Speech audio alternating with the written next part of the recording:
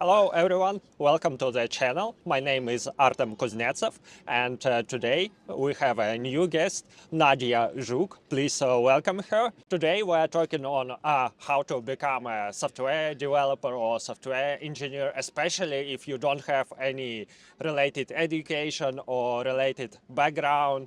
So today Nadia will tell us about her experience.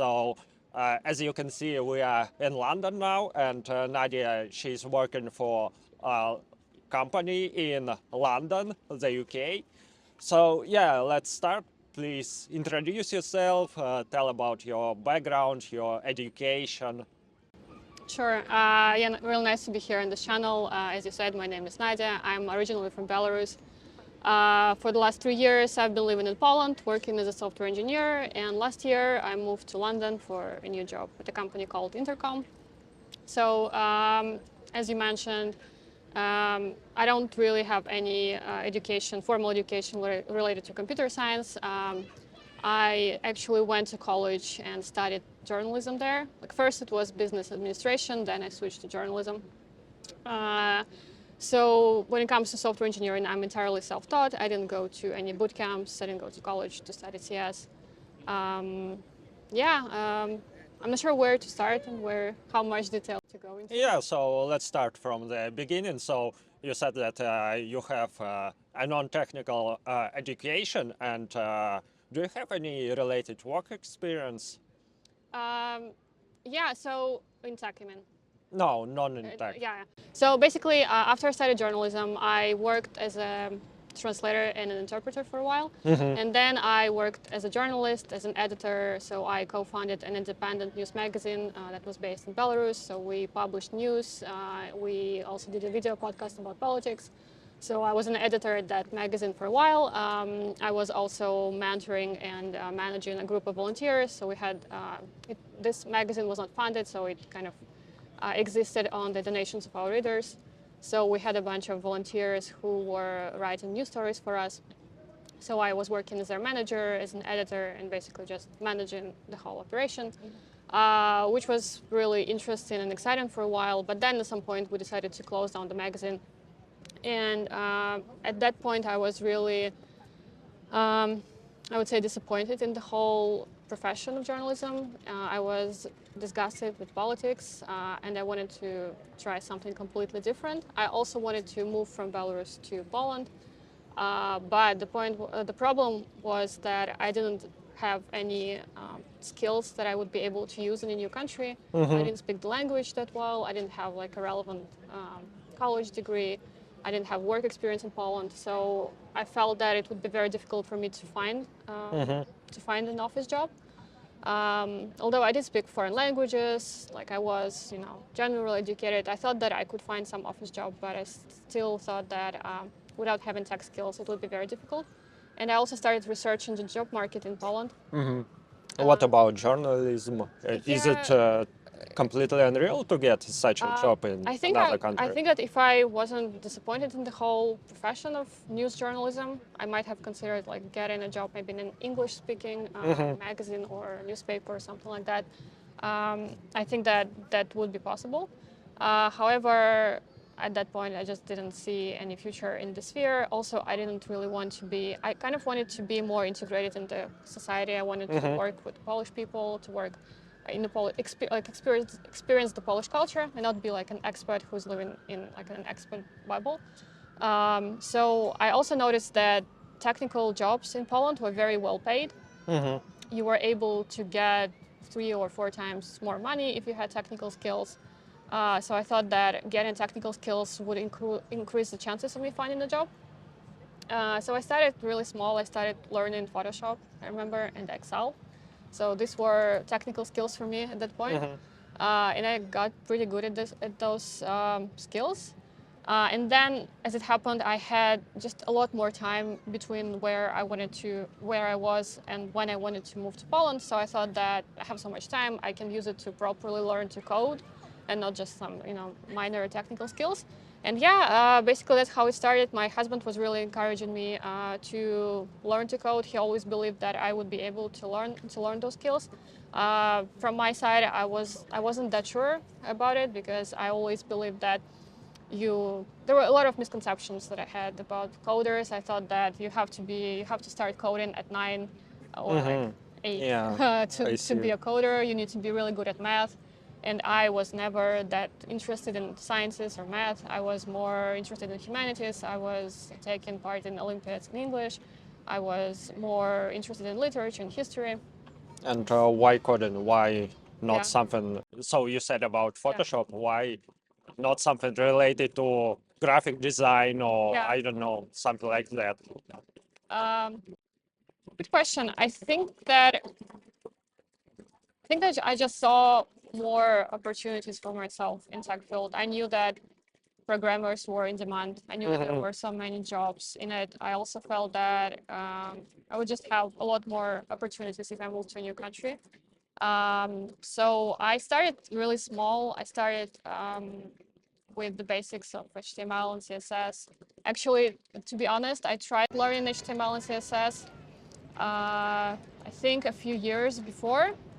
And I remember just going through a tutorial of HTML and I gave up almost immediately because I thought that it was too difficult for me, that I would never be able to understand it. But back then I was really at a point where, I either learn those skills and I move to a new country, I start a new life, or I don't learn them and I'm stuck, in a place where I didn't want to be. So I started with those like smaller, beginning steps. I think something that most people start with, they start with HTML, like learning how a web page is built, then CSS, which is like applying styling to the page, and then like beginnings of JavaScript and things like that. Then I did some research. It was very difficult to decide what language to learn first because I think this is what people struggle with. Like, I don't know anything. What do I start with? And So why web development? yeah, Why not something else like backend yeah. development or I don't know? I think a couple of reasons.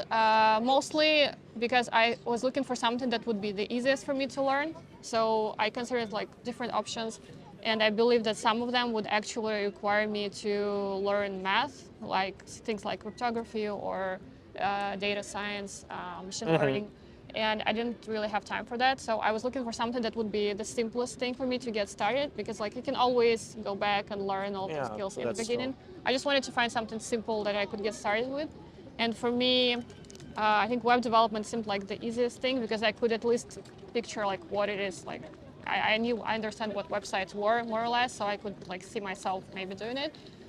So it was more like a hunch or intuition, and just generally, I think this is the generic advice that people get. Like start with web development. It's the simplest thing that you can do. So that's kind of how I started. So yeah, as I said, I was researching which programming language to use to learn. At that point, all of the advice told me that you need to learn JavaScript, that it's the Yeah, for most sure. popular language, and if you learn JavaScript, you won't have any problems with finding a job. So I started with that. Honestly, it was a horrible decision for me because the tutorials that I found about JavaScript were just awful. They made no sense to me. I think the problem was that they were written for somebody, not for somebody who was a new programmer, but for somebody who was a new programmer in JavaScript, right? So this is like an important difference, but I didn't understand it back then. So I thought that, not that the tutorials were bad, but that I was too stupid to understand them. So I spent some time trying to learn a backend framework in JavaScript that was called Express.js.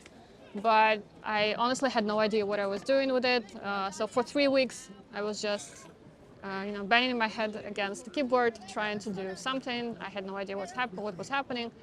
Um, And and what about HTML, CSS? yeah, Was it yeah. So like at first I learned some basics of HTML and CSS, and then like what is next? Then you need to learn like a proper programming language, right?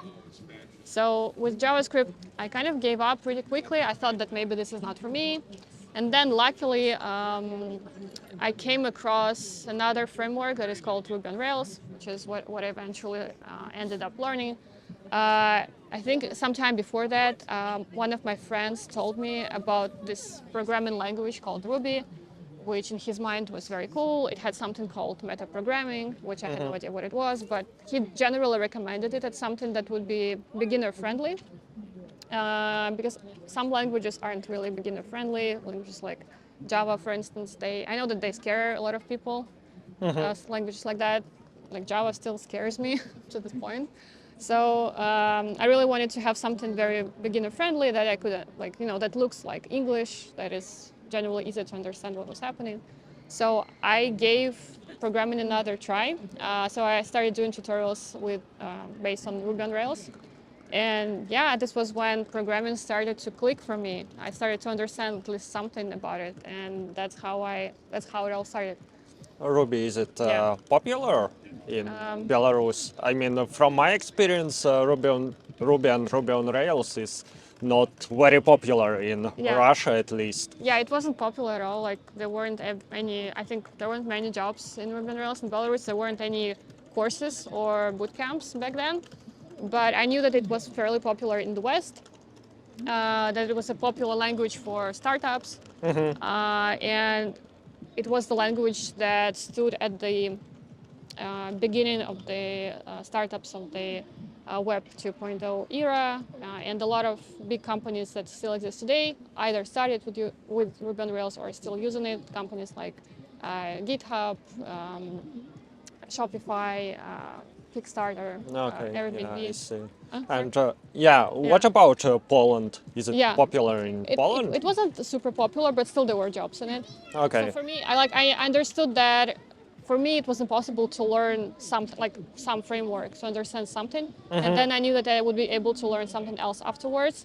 And still, I thought that it was possible for me to find a job in this language because, like, on the one hand, it's not very popular, but also, for instance, Java is very popular. But people who are learning computer science in colleges, they all learn Java, so there's like a lot more supply of such engineers as well.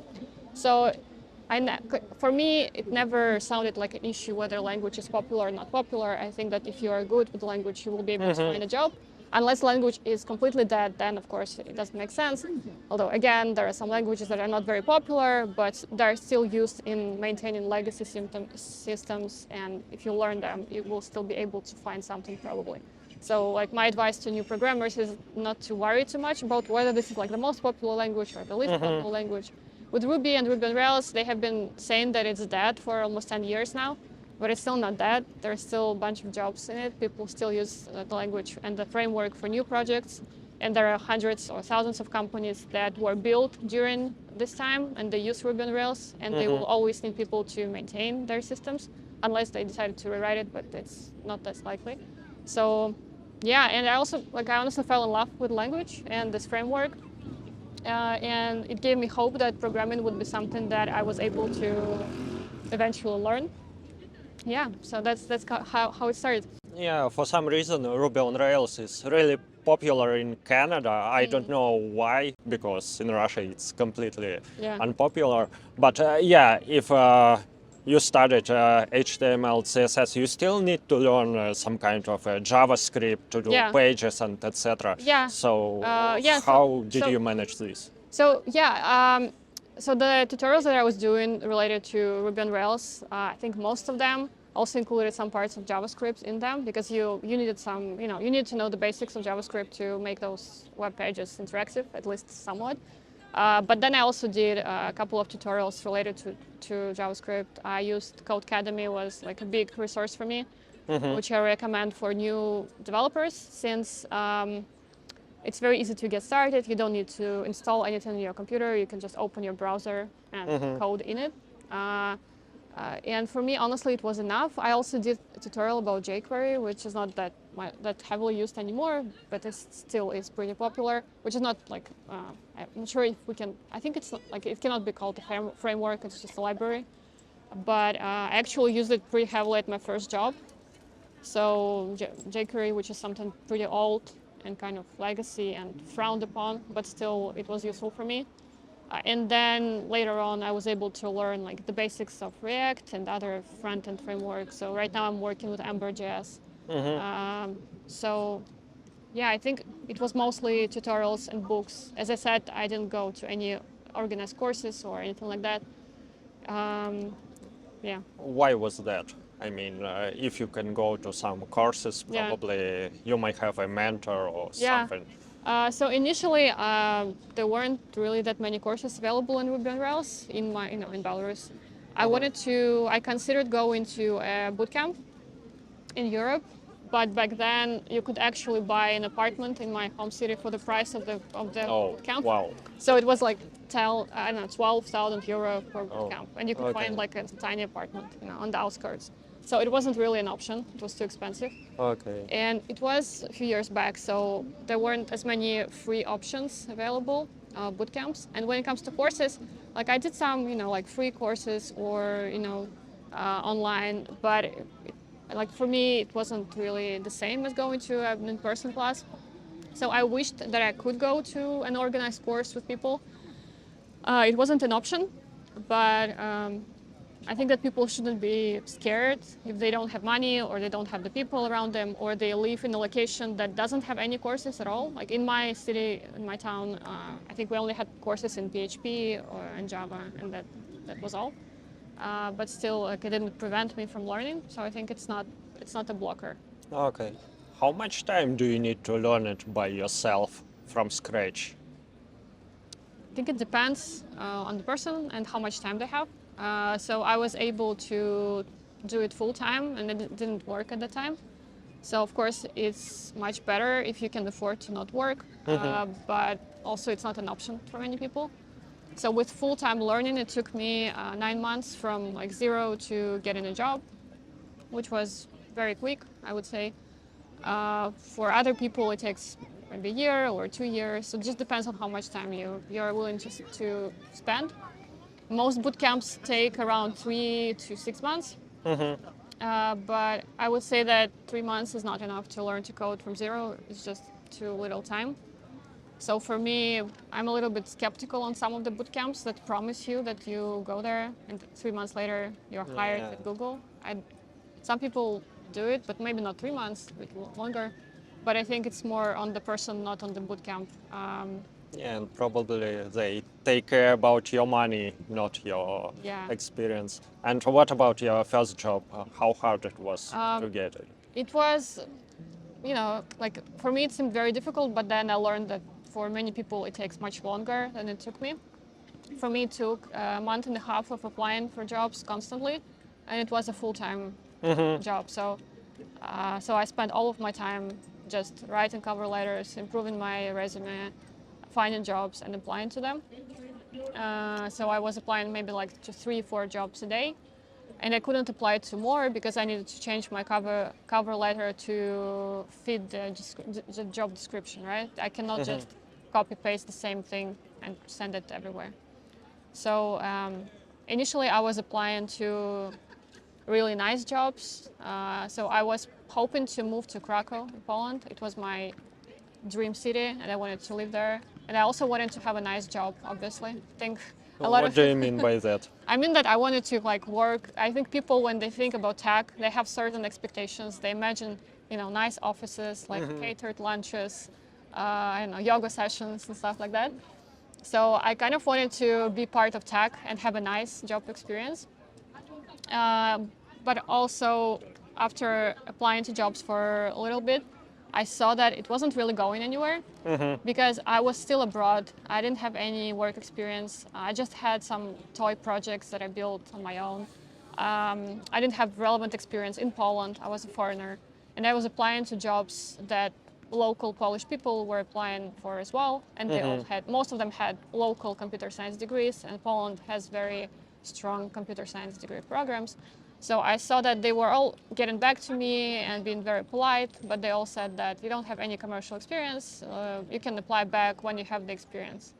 But like where do you get the experience if nobody is hiring you, right? That's true. So it was kind of sad, but then I thought that I'm in a very unusual situation, so I need to get creative and I need to do something different. So I started applying to jobs where nobody was applying and to cities where nobody wanted to live, basically. So I was, at first I was looking for jobs on LinkedIn and like fancy job boards where fancy companies were posting their jobs. And then I went to really cheap or free job postings websites.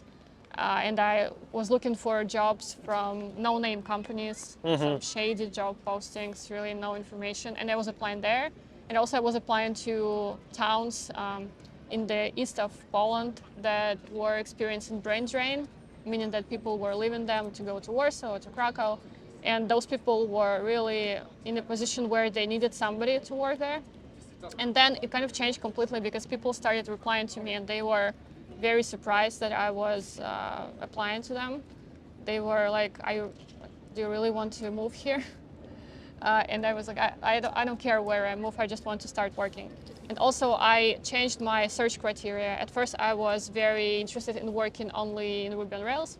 But then I thought, but you can imagine a small Polish town, there was some small web design studio. They don't really do Ruby on Rails. They probably do some version of PHP or like WordPress or something like that. And I thought that, okay, like I can learn WordPress, it's not a problem. And I started applying basically to anywhere where they had some junior positions available. And people started getting back to me, they started talking to me. I had a couple of interviews, like / conversations with them. And it was so useful for me because it was the first time I was able to talk to employers abroad to see what they want, what they expect. And those people really helped me understand the market better, to prepare for interviews better. Some of them really wanted to help me and even were able to sort out my legal paperwork for me, help me with my visa and all of that. I did that for I think a few weeks, and then eventually a company from Warsaw replied, which was like a very small, also like kind of no-name brand, small development studio in Warsaw. They got back to me, were interested. They gave me a coding challenge that I did at home. Then I sent it back. And then I had a Zoom interview with them where we talked about my experience, and I basically had no experience. But I talked about what I learned, which libraries I had experience with, and like what I did in my toy projects and stuff like that. And they said, yeah, it sounds good. You should come over for an internship. So they offered me an internship, a one-month internship, which was paid, but which didn't have any promises or guarantees. It was just come over to Warsaw, work for us for a month, and we'll see whether we like you or not. And I was pretty desperate, so I said, okay, sounds good, I'm coming. And I packed my bag and I came. I think within a week I was in Warsaw. They were surprised that I was willing to come so quickly. But there was, obviously, it sounds funny right now, but there was no relocation package there was no job contract even. It was just like an oral agreement that they will hire me, but there was no job offer or anything like that. So technically they didn't have to hire me when I came, but fortunately they did. Within a week I was there. I went to my first day working, and that's how it started. Let's talk about the numbers. So how many resumes did you send to get this job? Honestly, I wish I counted like all of them, but I did keep some sort of table, hard to say, but I think that it was like dozens, maybe, dozens. So a lot of them. I can't say any exact numbers, but I've heard of people sending more than 100 resumes. So it really depends on the country and how many job offerings there were. So I applied to every position that was open, even remotely suitable. And also I applied to companies that didn't have jobs at the time. So sometimes if the company doesn't advertise a job, they actually do have some jobs. They're just advertised internally. So if I saw a company that was doing something relevant to something that I wanted to do, I wrote to them saying that I know you don't hire right now, but here is my resume, I'm very interested, let me know when you have something. So I did that. But it was, sadly I don't have an exact number, but it was a lot. Like it was a lot more than I was comfortable with. So it felt like spamming people. But I think that this is what you have to go through if you're first starting out. It's very hard to get anybody to answer to you or to get back to you in an interview or anything like that. And what about actual interviews? Yeah. How many interviews did you get? I think I didn't have many interviews with my first job simply because almost nobody was willing to interview me at that point. Like I had an interview that was, I was invited to like a algorithm challenge at one company, but at that point I couldn't even start doing it, so I was completely unprepared for that. So I tried looking at the task, but I said, I'm sorry, I'm not ready yet, so maybe later. And then I think there was some like maybe one or two other technical challenges that I did at home, but it wasn't like there is very little I can say about that interview experience simply because so few people wanted to talk to me. So one company that I talked to about working with WordPress, they didn't have like an interview process or anything like that. They were just wanted to talk to me and that's it. So a lot of those smaller companies, they don't have a process. So they're just like hiring people and giving them, something to do to like a take-home project. And then if you're able to do it, then they start working with you. And the companies that would have an interview process, they weren't really replying. So I had more experience with it with my next future jobs. There I had more relevant experience. But this one was pretty. Getting an interview was very hard, but the interview process itself wasn't that difficult because it was just a take-home challenge and a Zoom interview. That's it.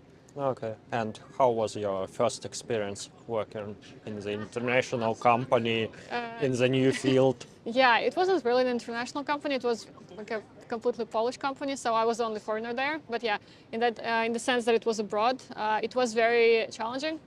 One thing, there were a couple of issues. So one issue was that I didn't really know how to program.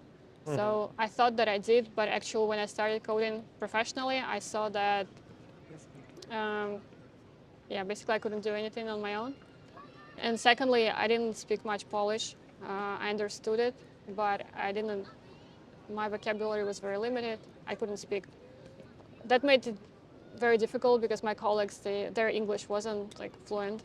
So what we did was I would answer them in English and they would say stuff in Polish, and we were trying to understand each other. But initially it was very difficult because I didn't even know the most basic Polish words related to programming. Because of course there are international words that we use, but also in Poland there's a bunch of words that are specifically Polish, and unless you know them, you will never be able to understand what they mean. So a good example that I give is that they have a Polish word for browser, which sounds like przeglądarka. And unless you know this word, you would never be able to understand what it means. So imagine at your first job, somebody says to you, can you please open your browser? But you don't know what it means. So you feel like a complete idiot, and which is what I did for the first, a couple of weeks for sure. So it was very difficult, I guess what I'm trying to say.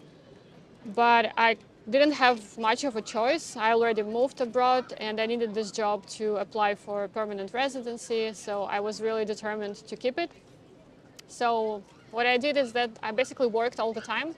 So I worked really long days. Then I studied in the evening, in the morning before work. Then on the weekends I also studied or worked or something like that. It was very difficult, but I was also learning a lot. My colleagues were very helpful. They were really trying to help me learn. They were teaching me basically everything they could. And I think a few months in, it started getting a little bit easier. I was getting a little bit more comfortable with it. But the start was very, very intense.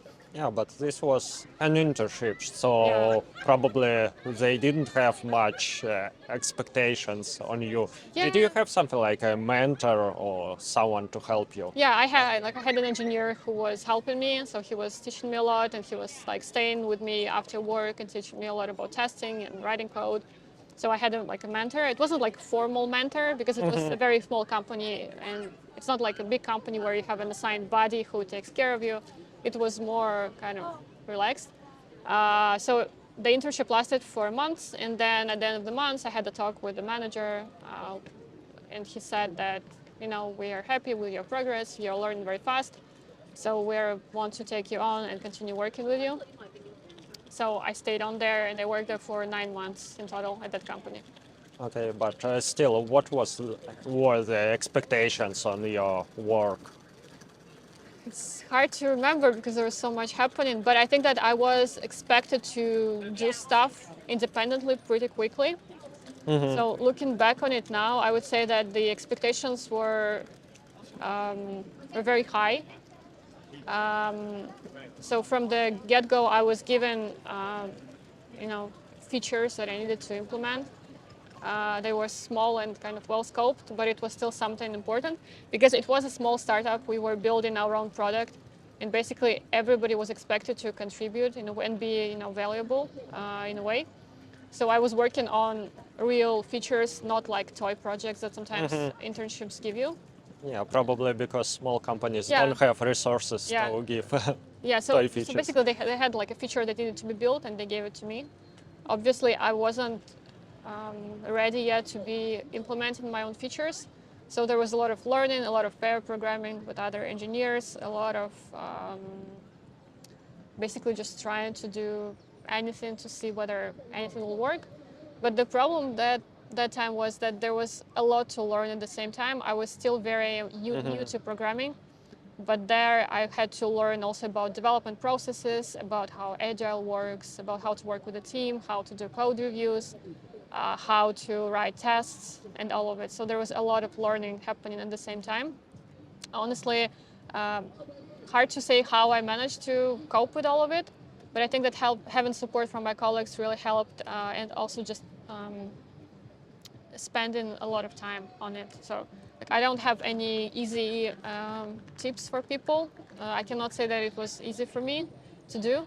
I just put in a lot of hard work, and I think the first 5 months of my first job were just working all the time. Maybe I would take like I don't know, a day off or something like that, but the rest of the time I was just working.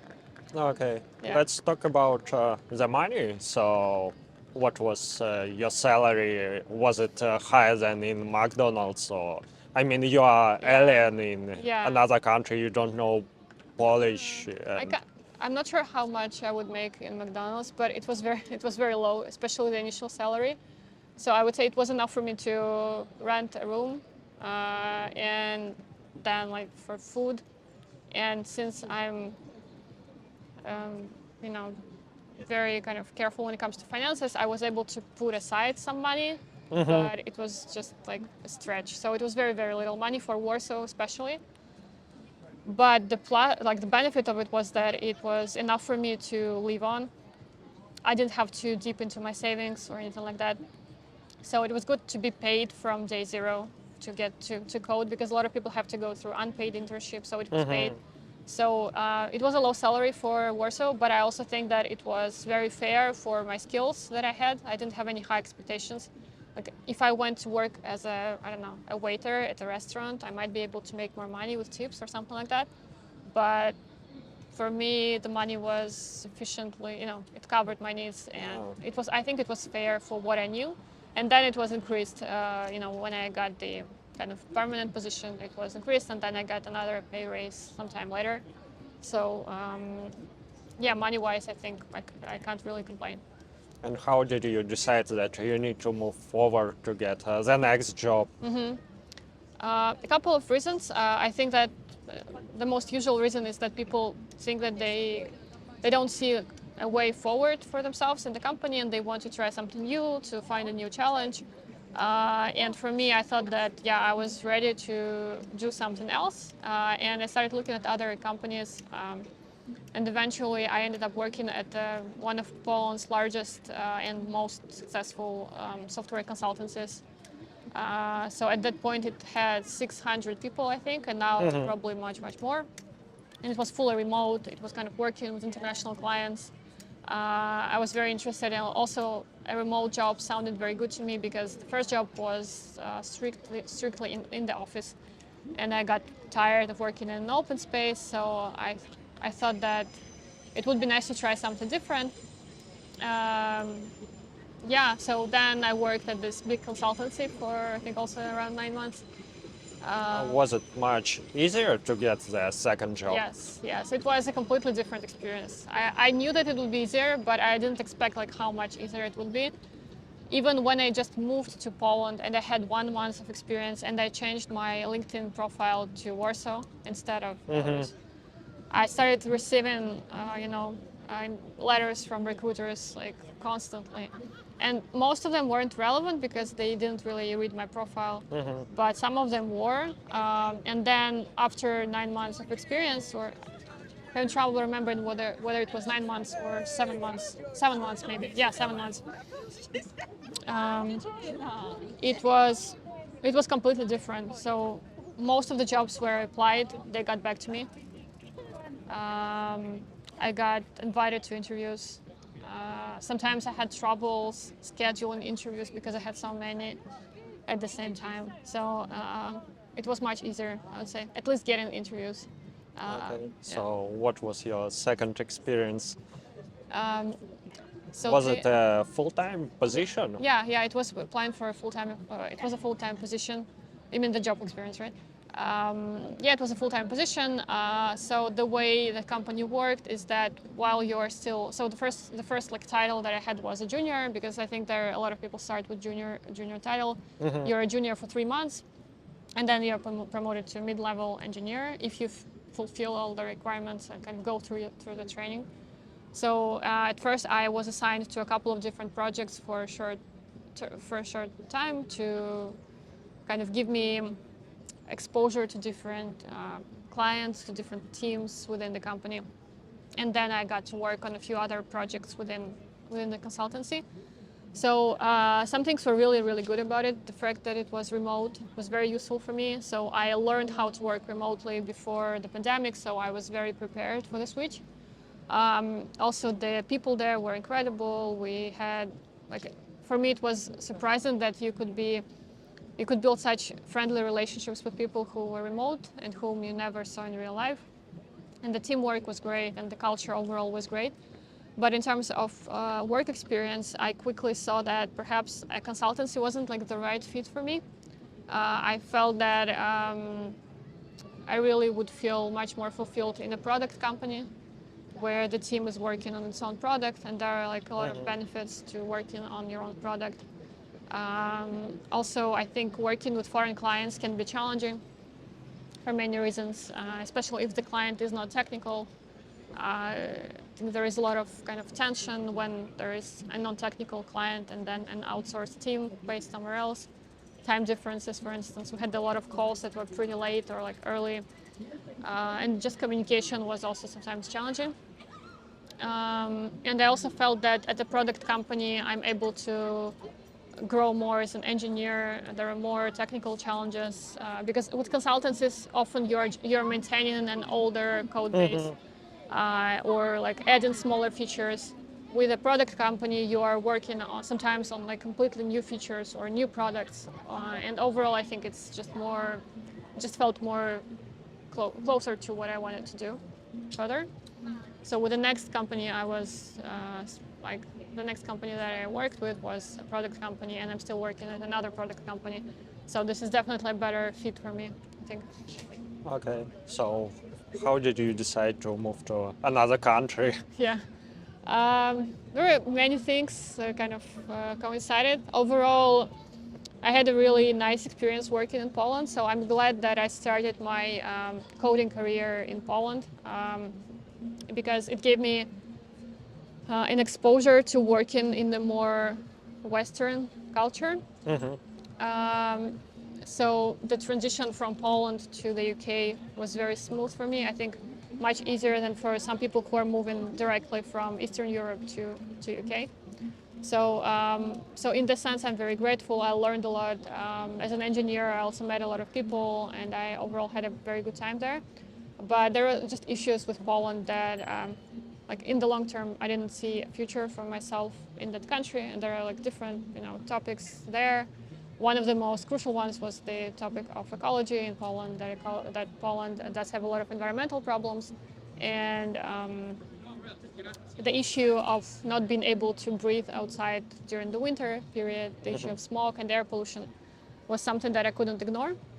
So that was one of the things, and other things like just like the general direction of the country, the general direction that the country was taking. Didn't give me much optimism, I would say. So I decided to try something else, and then the whole process of choosing where to move But why it was Poland in the first In the place? first place, because I had a document called Polish card, which means that my ancestors had connections to Poland. In my case, they lived in Western Belarus when it was still a part of Poland. So you had a work permit in Yeah, Poland. so I had this card that gave me a work visa. And basically, I was able to go there and work in any kind of job without any permission. I could change jobs, so it was very. That's very, a good benefit. yeah. It was really nice. So it gave me much more flexibility than my current visa does, for instance. So it was nice. Also, it allowed me to apply for permanent residency very quickly, almost immediately after I moved. And after a year of having a permanent residency, I was able to apply for a Polish passport. So it's a very easy immigration process. So that's why Poland kind of happened. Initially, it wasn't. Yeah, it was just the easiest place where I could go at the time. And with Polish passport, you could work for any country Yeah. in the EU. Yeah. So the question is why am I here? So I initially considered different European capitals like Paris, Berlin, Amsterdam, and others. But then, and I talked to a few companies in different kind of countries and saw like what it was like. But I think eventually I just realized that London is probably the best place in terms of work opportunities in Europe. Though, people might argue that London, like, it's not Europe, but still, like, close to Europe. A lot of opportunities when it comes to work. Also, I think, like, in general, life in London is very interesting in a way. So the word that I use when I describe London is interesting.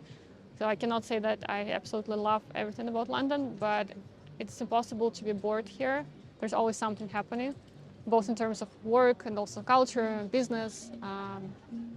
There are many, in terms of meeting people and just the sheer number of interesting people that you can meet here is incredible. So I felt that it would be the best place for me in terms of opportunities and just kind of the top location for me to be in London. But why are you interested in Europe, not North America or, I don't know, Brazil or Australia, New Zealand? I don't know. I've never. Good question, but like I know that the United States has like more opportunities when it comes to coding jobs, and also they're paid much better and all that. But I think that culturally, I was more drawn to Europe initially. Yeah, hard to say. Maybe I wanted to kind of be closer to. I wanted to experience living in a European capital. That's why I kind of looked at different European capitals. And then I came to, to focus on London, feeling that it would be the best place for me in terms of immigration. And I haven't like regretted the choice of London. I think it was the right decision, although it was based on intuition. So you didn't have any work permit in the UK? No. So I still had to go through the skilled worker visa Okay. process, which was really sad because I started applying for jobs just 2 months after Brexit kicked in. So yeah, I needed to look for jobs that would be able to sponsor my visa. Was it difficult? Yeah, it was difficult because I'm still not at a senior level. I'm still a mid-level engineer. And What about your work experience by that time? Yeah, it's still like not really considered senior. So. And what about years? Well, I think years are subjective. Also, I think a lot depends on like. I think at big product companies, like 3 years of experience is still not considered enough for a senior overall, and expectations are much higher. At various consultancies, for instance, you can be senior, I don't know, after 2 years of experience, for instance. But at product companies, I think that the expectations are much higher. Okay, and how did you get this job in the UK? It was challenging because at first I thought that it would be, easy since I have so much experience. I also worked like at a big tech company, but it turned out that people really were looking to hire most senior engineers, and very few companies were even willing to sponsor the visa for somebody who has fewer years of experience. So I did go through quite a lot of interviews, and they were more like what you would expect for a technical interviews, like more, more stages of the interview process, more stuff that has to do with algorithms and data structures. So it was definitely the toughest interview process that I had to go through. Uh, yeah. Did you look for Ruby jobs? Yeah, I was applying for jobs that were in Ruby on Rails, simply because I thought that, I'm already very experienced in the language. I consider myself fluent in it, so I thought that it would be easier. In London, honestly, there are a lot of opportunities in Ruby on Rails, so I wasn't, feeling limited at all. So I had quite a good choice of companies to apply to. Okay, so you said there were a lot of stages, including algorithms and Yeah. system design. So Yeah. how did you manage all these? It was difficult because still, since I didn't have a college degree, I had to learn all of the stuff on my own as well. So the things that you usually learn in college, I had to learn it, on my own. I used books, online resources. There are like a bunch of, places where you can learn about typical problems that they ask you at coding interviews. Lead code, I think, like everybody. So it was pretty standard. I didn't apply to any of the fun companies or like Google or Facebook, but I applied to like pretty big companies that all use the similar process. I think it's not as intense as the interview process at Google would be, but still it was pretty difficult. With systems design, I bought a book about preparing for those interviews, a couple of books actually, and I also watched a lot of content on YouTube. There's a lot of free content. I also bought a subscription to a service that kind of teaches you algorithm problems and how to solve them. And it was just a lot of time to prepare, but also what I found out is that even if you are self-taught, you shouldn't be scared about, learning all of this. It's just if you learned coding, you'll be able to learn those problems on lead code as well. It's just that it's kind of a game that you need to learn how to play. So nobody asks you for a college degree. It's not a blocker, but you do need to have to study a lot to be able to go through those interviews. What's your plans for the future? Do you want to stay in the UK or? Yeah, for now I'm actually pretty happy with living here. I see a lot of opportunities for me to develop in tech here in London. I, of course, I like other European cities a lot, but I think that right now most opportunities for me would be here. So I'm not thinking about living in London yet. Overall, it's been an interesting experience working here. It's been pretty different from Poland in some respects. So I think that it allowed me to grow as an engineer quite a lot. And the experience of working in London just gives you a lot of advantages later in life. Yeah. Okay, and you said you also wrote a book about your experience. Yeah, I did. So I published it a year and a half ago, kind of in the middle of the pandemic. I had a lot of time during the lockdown, so I wrote the book and published it. It's kind of the book that I wish existed when I was learning to code. So I meant it as a help guide for people learning to code on their own, people who don't have any mentors or friends who would support them. So this book can be, like a friend for somebody who is learning to code. And it goes through, first of all, my story of how I learned to code. It's a very personal book, and people have commented on it being like radically honest, which is the way I intended it to be, because I wanted people to feel, what it felt like to be learning to code and how difficult it was. But also it kind of ends on a positive note of me having a nice job and being, happy with life in general. So it's a guide. It's also a practical guide. It goes through the steps of how do you learn to code, how do you choose what to learn, what do you do first, what do you do next, and then how do you actually find a job, how do you apply to jobs, how do you go through the interviews and all of it. So it kind of takes you from zero to applying to jobs and hopefully getting a job as well. It sounds really time intensive. So how did you manage your time? I mean, you had a full-time job. You also need to learn new things. So I was trying to be really self-disciplined with my time. So I used all of my weekends to write the book. So like Saturday and Sunday, I was full-time working on the book, which was kind of a lot of time. And then at first, I was only doing it on the weekends, but it was not enough time to get anywhere. So at some point, I started to write during the week as well, after work or sometimes before work. I think it just comes down to self-discipline. I think working as a programmer helped me write the book in a way because I've learned to be very self-organized, disciplined, and you know how, if you're a programmer, you learn how to take a complex piece of work and divide it into smaller chunks. And that's what I did with my book. So like I knew that I need to write this chapter on applying for jobs, for instance. And then when I had time, I sat down and wrote about it. So it was a lot of self-discipline. Also, I took 2 vacations, I think. So 1 week, I think it's summer, and then 1 week in autumn. And I spent all of my vacation basically working on the book full time, like for 7 or 9 days. That helped a lot, just having like full-time focus on it.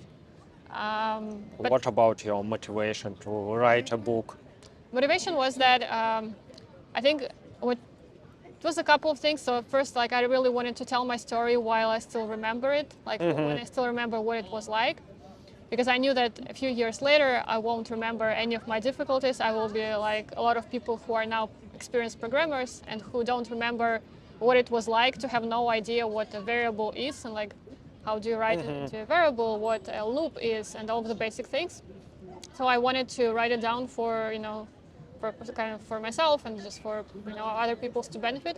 And also I was I think a little bit tired of seeing a lot of people on YouTube and in blogs saying that they were describing themselves as self-taught when in reality they did have, for instance, like they took some coding classes in university, they had a minor in computer science, or maybe they majored in another engineering specialty, which is not technically coding, but still it gives you a very nice foundation of like critical thinking, of solving problems and all of it.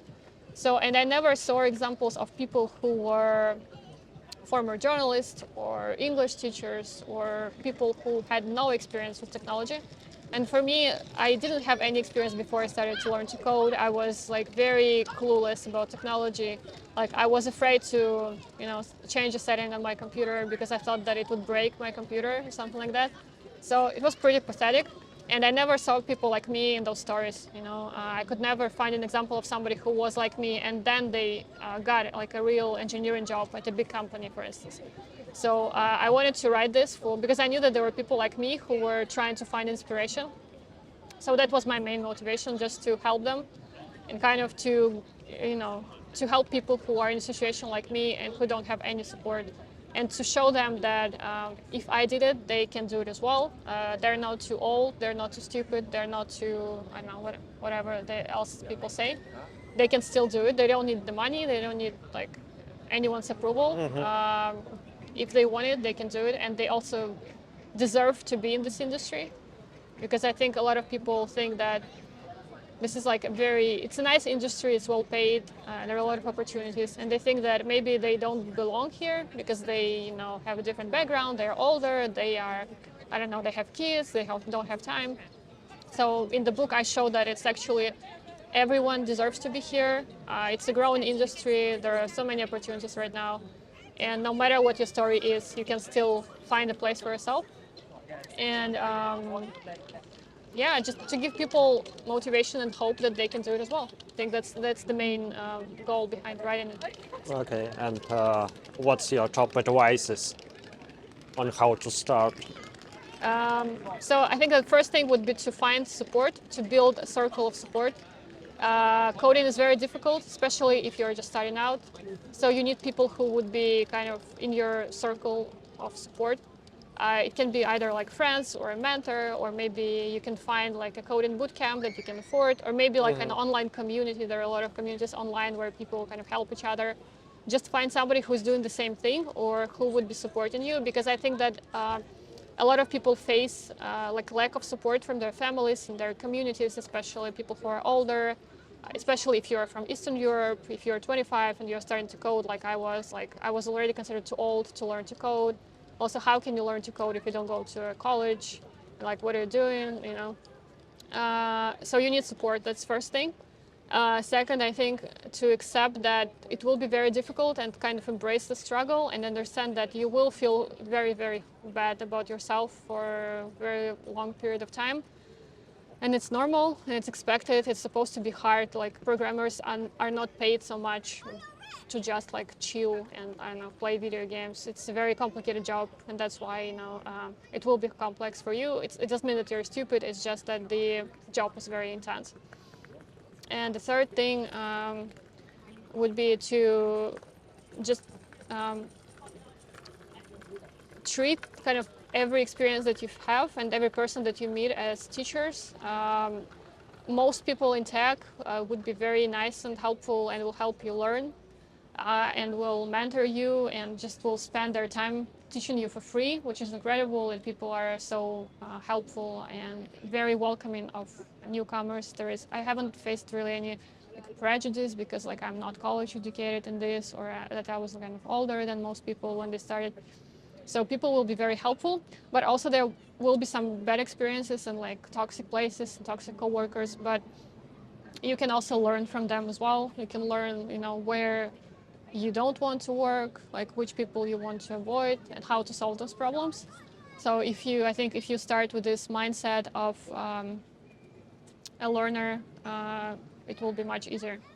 Okay, do you have any advice on how to manage this pressure? Pressure. I can't say that I'm very good at it because I'm kind of finding myself at a certain point very close to burning out, and you know, burnout is a big problem for engineers. The advice that people like usually get is that you need to watch your mental health and watch for warning signs of burnout that are, you know, like inability to relax, inability to have fun, to have joy, like, you know, lack of desire to do anything. Lack of, like, if you lose desire, for instance, to engage in your hobbies, usually it means that you're burning out. But I think it sounds very nice, but for me it's very difficult because I'm also a high achiever and I have high expectations of myself. I want to be really good at everything I do. I think it's very important to work on that and to be fine with maybe failing sometimes, with being okay with making mistakes, not taking everything so personally. But also, I think not like, this is very relevant for everybody, I think, but I think especially for a lot of women in tech, not to allow people to kind of gaslight you and not to think that if somebody's behaving in a toxic way, not to think that you are to blame for this and that you are not good enough, but sometimes they are just toxic people. And you need to stand up for yourself. And if something is wrong, if you need to be able to say that it's wrong and not be afraid of being fired. Like, of course, there are cases when it's very bad to be fired. For instance, like if you're on a visa and if you're fired, you need to leave or something like that. But often people aren't in those positions, but they're still afraid to voice their concerns.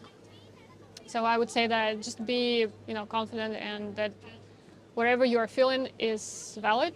So you might be a junior programmer, but like you're not a junior person. You have your experience. It might be from a different field, but you have experience, you have your own reasoning. So just say what you believe is right for you and fight for what you need, basically. Not allow people to kind of roll over you. Okay, and what resources can you recommend? So you have a book. Yeah. Do you have anything else where you share your experience? Yeah, I'm not really that active right now anywhere, but I think the good way to follow me on Twitter, where I sometimes will post some updates. Also, it's just a good way to stay in touch with me. So people write to me when they need some help with mentoring and kind of preparing for entering the field. So I do give mentoring sessions as well. I think we can leave links to that in the description. So I've helped, like right now I'm also mentoring people who are preparing to enter tech, and I've helped people in the past, for instance, a woman who is in her 50s who was kind of trying to enter tech, and I helped her, fixing her, like improving her resume, her LinkedIn, and just selling her story, because I think a lot of people, especially career changers, they don't see themselves for what they really are. They dismiss their previous experience. They think that, I have not done anything interesting, like I'm just nothing. But in reality, most people usually have done something interesting. So I try to help them see this and kind of use their experience in a way that helps them find a job or change careers or do whatever they need. So I see like one of my dreams and kind of goals is to help people who want to enter tech to do this. And I want to see more people from different backgrounds enter this field. I think that it benefits a lot from different people with different experiences. It becomes just a more welcoming place. So it makes me really glad if I can help somebody make the switch. And I've seen that it's been my book has been helpful for many people as well. So if people need any like personal help, I will be glad to if they reach out and talk to me as well. Okay, cool. So I'll add all the links to the description. So thank you, Nadia, for sharing your experience. It was really nice to talk to you. So Thank yeah, you so much. It was a see pleasure to you. be here.